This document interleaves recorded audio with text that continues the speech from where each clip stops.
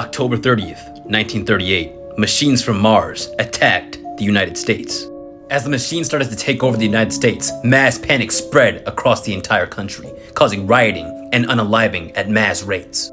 People were rioting, people were fighting, and people were dying. The only problem was, there were never any aliens. And the planet Earth, the United States, was never really invaded.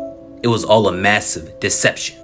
A massive deception by this now infamous fiction author named Orson Wells. This was known as the War of the Worlds radio broadcast. Aired on CBS Radio on October 30th, 1938. Orson Wells orchestrates a scarily realistic radio broadcast about the Earth being invaded by Martians.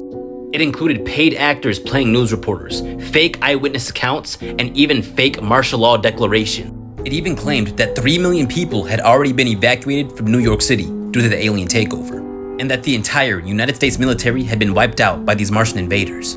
It even claimed that people were hiding in abandoned buildings, sewers, and abandoned subway systems to hide from the alien onslaught. Approximately 6 million people heard this broadcast when it aired, and many of them believed that it was 100% real. And due to so many people believing that the world was actually ending, it caused a lot of chaos. And because of that, when people found out that this was all just a fiction story by Orson Wells, people weren't happy. They wanted his head. But many sources actually claim that Orson Wells loved the publicity. Here's a short 1-minute clip from the hour-long radio broadcast, War of the Worlds.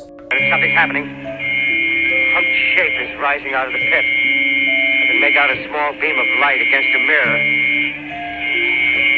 What's that? There's a jet of flame springing from the mirror and it leaps right at the advancing men. It strikes them head on.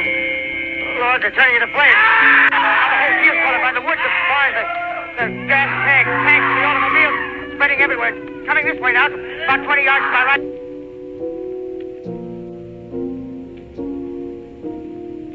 Ladies and gentlemen, due to circumstances beyond our control, we are unable to continue the broadcast from Grover's Mill. Evidently, there's some difficulty with our field transmission. However, we will return to that point at the earliest opportunity. In the meantime, we have a late bulletin from San Diego, California. Professor Indelkoffer, speaking at a dinner of the California Astronomical Society, expressed the opinion that the explosions on Mars are undoubtedly nothing more than severe volcanic disturbances on the surface of the planet. We continue now with our piano interlude. Orson Wells would later die alone and broke in a cottage in the Hollywood Hills on October 10th, 1985. And he would be remembered for having created the greatest hoax in the history of the world. And the War of the Worlds will be left as another reminder of how easy it is to deceive the masses.